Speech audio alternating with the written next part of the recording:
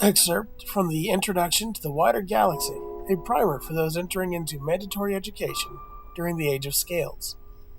Published 22303 of the Dragon Ascendancy, 215 years before the Empire. The Dragons. Dragons are the mightiest and most magical beings to exist natively on the material plane, the oldest and most powerful being able to rival the power and prestige of gods. Dragons organize themselves by color, each color being called flights.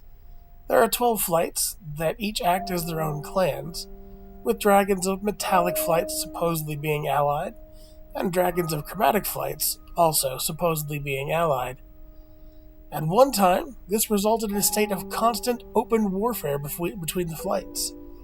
But eventually, a council of the oldest dragons of each flight came together to institute the Codex Draconis, a set of rules by which all dragons agreed to adhere, lest they face the wrath of all other dragons. The conceit of the Codex is the acknowledgement that dragons are too fractious, independent, and ambitious to allow for a true peace. But if rules are applied and enforced, then the fighting between dragons and flights can be contained, kept to a minimum, and wealth, power, and prosperity will be allowed to balloon unspoiled by war and the threat of annihilation.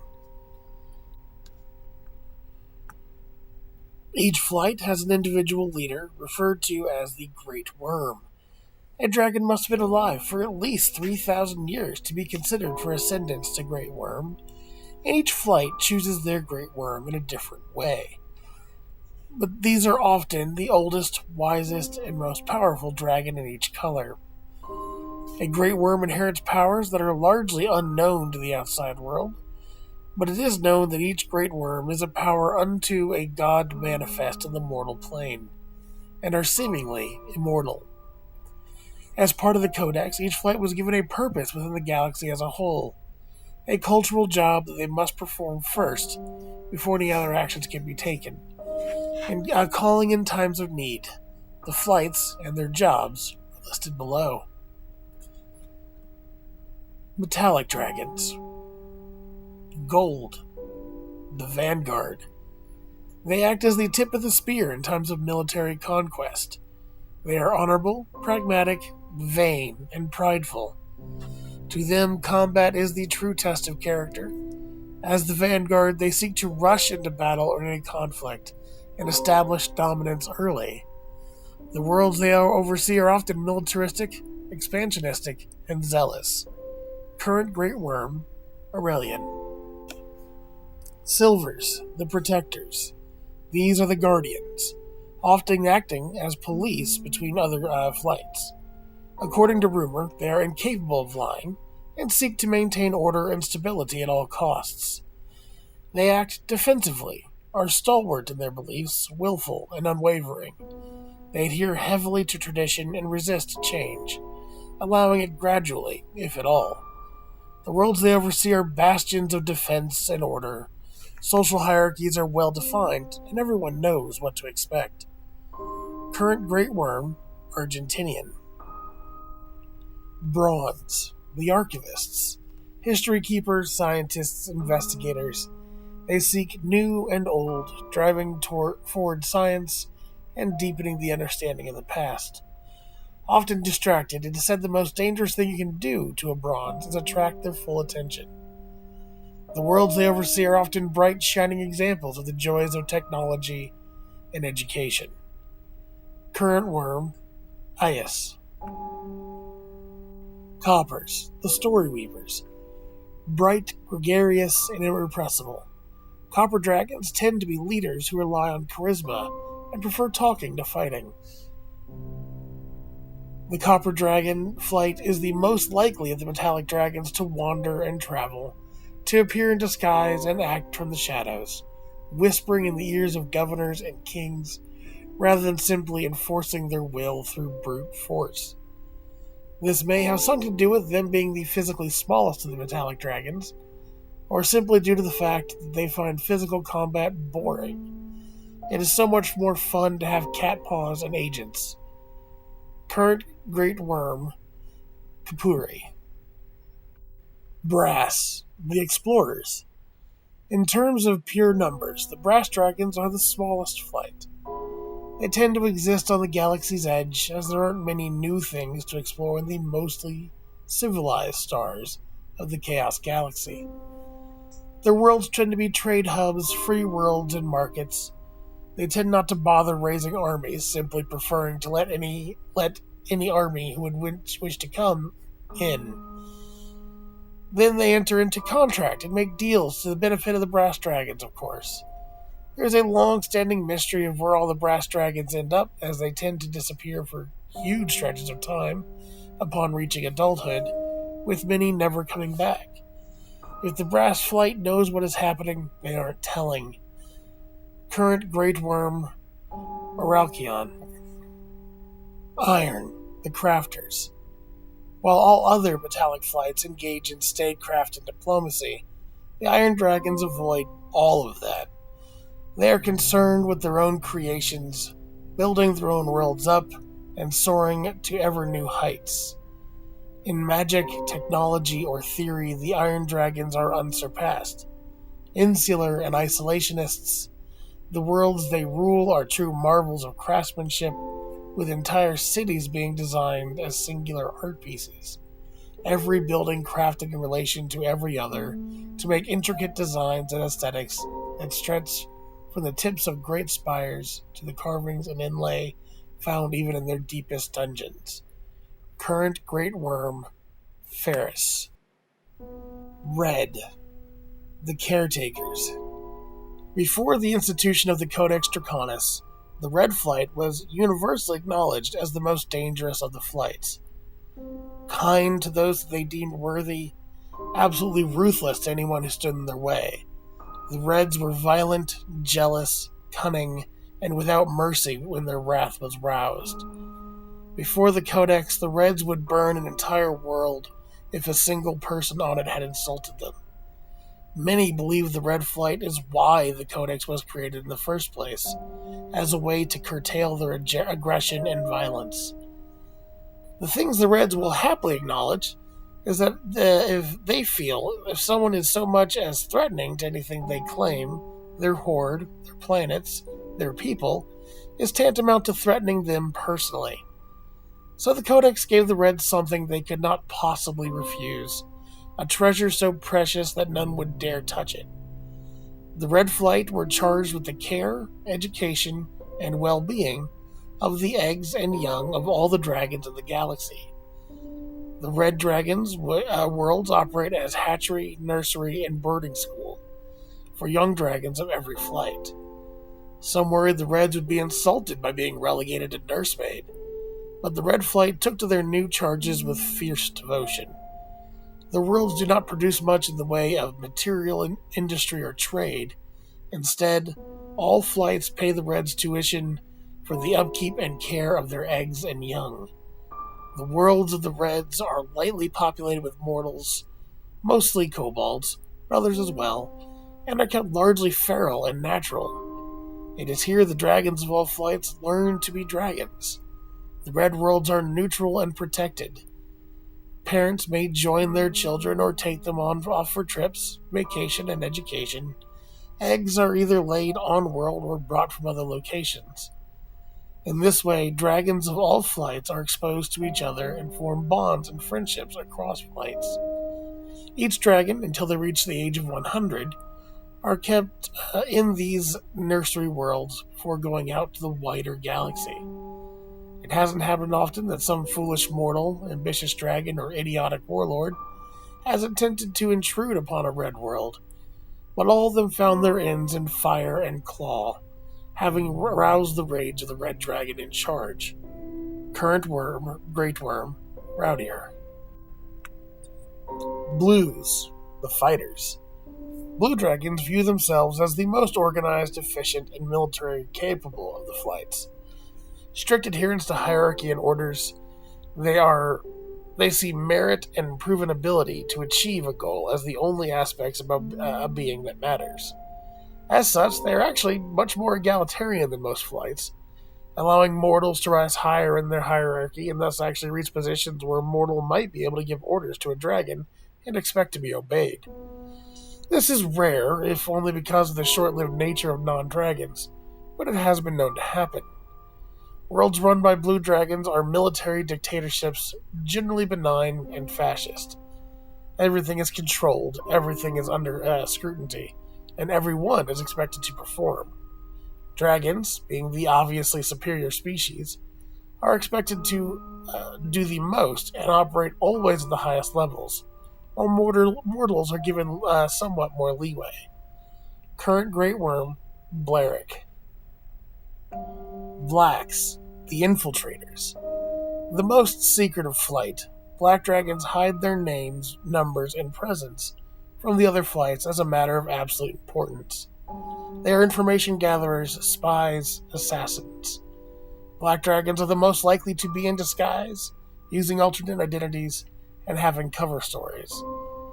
Most worlds controlled by black dragons are unaware of exactly which black dragon is in charge, and who they are in the planetary government. Black dragons rarely hold position of power themselves, rather they are advisors, power behind the throne, influencers of agendas.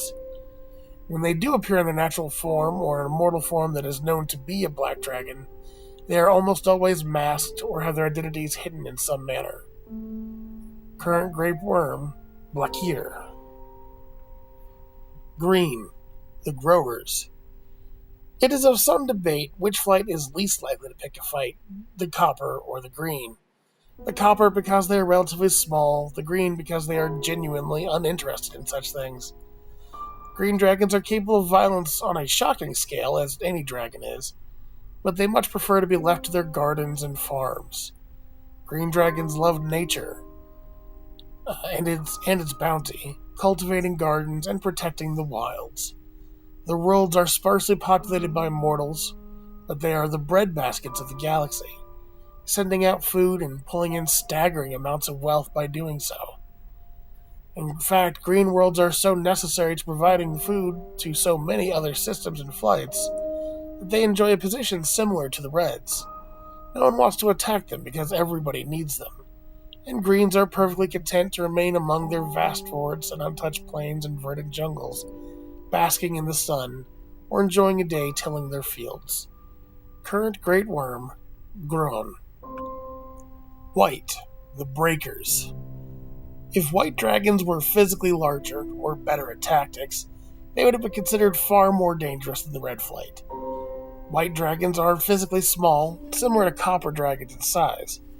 That said, even for their relatively diminutive stature, they are the most physically dangerous of the dragons. Thick scales, mighty claws, and able to simply absorb ludicrous amounts of damage before going down. In the days of the Dragon's Wars, when a white dragon came upon a battlefield, it always brought panic and destruction upon whatever force they fought against. Even the arrogant Goldflight knew better than to underestimate them. White dragons are not known for their intelligence, but they are clever and shrewd. They care nothing for statecraft, preferring simply to be left alone. The worlds of the white dragons are always harsh, dangerous, and feral, with almost all of them being classified as death worlds. What few settlements exist on them are allowed by the dragons because they pay tribute. Those mortals who live on their worlds tend to be the toughest, most resilient species available. The ones the other mortals see as monstrous anyway. Often shunned from the rest of the galaxy, the White Flight agreed to the Codex Draconis only because the alternative was a war against the rest of the flights. The Whites signed on and then retreated back to their worlds and rarely ventured out except to deliver their young to the Reds. The influence and intermingling of young dragons is being felt as white dragons start to open up, but it is a slow process the Reds hope will continue. Current Great Worm, Mjolnir. Purple, the Brewers. Free spirits and alchemists and chemists of the dragons. While the irons build their massive constructs that will last the end of days, and the greens grow their flowers and fields of wheat, the purples are fascinated by the art of distilling, transforming, breaking things down, and building them up. They are the ones credited with most of the medicines, potions, and serums that can be found in the galaxy today, either crafted by their hands or under their influence. They're also responsible for the overwhelming majority of drugs and poisons that can be found as well. Their worlds tend to be dark gardens interspersed with trade cities and remote laboratories. They seek understanding of their plants and powders and view their interactions with others in the same way. What makes mortals tick, how they react to interaction, what breaks them down, and what puts them back up. As such, they tend to become manipulators and can occasionally rival the Blackflight for their ability to meddle influence. Though they are more likely to gas an entire building to accomplish their goals, rather than just having a knife flash in the dark. Current Great Worm, Vin. There are now dozens of smaller, similar flights that exist. Jewel dragons, planar dragons, dragons, but they tend to exist outside the mortal plane. While some of them may occasionally appear and lay claim to worlds in our realm, they are small in number. Most typically, they have to align themselves with one of the 12 major flights and adhere to the rules of the Codex Draconis, with one notable exception. Void, the Soothsayers. Unlike other dragons who are bound to planets and atmospheres, void dragons exist in space. They fly between planets and systems, dance in the solar winds between stars, and flit across the vast expanse of nothing with ease. They are most at home in the unending blackness. As such, void dragons control very few worlds, with most of them only being planet-side temporarily. Void dragons have their own ways of traveling across the galaxy, their own ways of communicating across the unfathomable light years. They are connected to the very fabric of reality in a way no other flight is. As such, they can see. They can see the past, the present, and occasionally the future. Some say they are the most pure aspect of the universal will that exists. Individual void dragons have very little control over their visions, often learning information without context that would allow them to make any sense of what they see.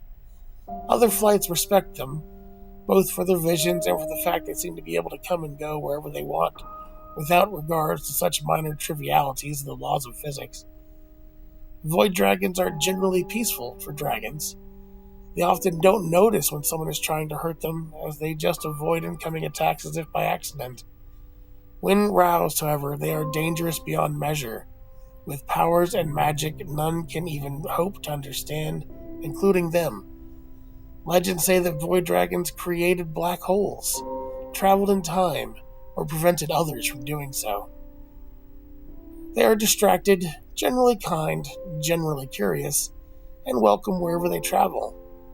Also, they are prone to madness, instability, and dementia due to the stresses of their visions, and tend to simply disappear into the space between stars or beyond the galactic edge without ever being seen or heard from again. The very few who do succumb to madness and require further care are taken in by the red dragons as a sort of hospice. As such, when one meets a void dragon, they tend to be quite young, with only the most mentally resilient making it to old age. Current Great Worm, Koros. Whatever planet you hail from, it is controlled, either directly or indirectly, by a dragon. As part of the Codex Draconis, the dragons are required to ensure that some basic necessities are provided for those mortals who live under their rule. A baseline of education, food, medical care, provided to everybody free of charge. The quality of these varies, of course. Dragons may control planets, but it's very rare they're involved in the day-to-day or even year-to-year operation of their worlds. As such, the mortals largely govern themselves within the precepts and commands given by their draconic overlords. The worlds are varied, with some being sprawling metropolises and others untouched nature preserves, and everything in between. Crime can be commonplace or non-existent. Governments can be oppressive, free, or anarchist. There are very few commonalities. Those with draconic blood are immediately afforded respect. While true half-dragons are very rare, in the galactic scale of things, people with draconic heritages can be found everywhere. In some worlds, having dragon blood in your veins is a necessary prerequisite to any sort of social mobility or freedom. Mortals are all considered to be the property and part of the horde of whichever dragon claims them currently. Technically, this means that one needs the approval of a dragon or their appointed representative in order to travel off planet. How strictly this is enforced and how easily it is to leave via bribe, smuggling, or simply escaping via stolen craft is different depending on the world itself. But long ago, dragons found ways to encode the genetics of those who live on their worlds with markers that almost every sentient creature in the galaxy can identify with the right tools.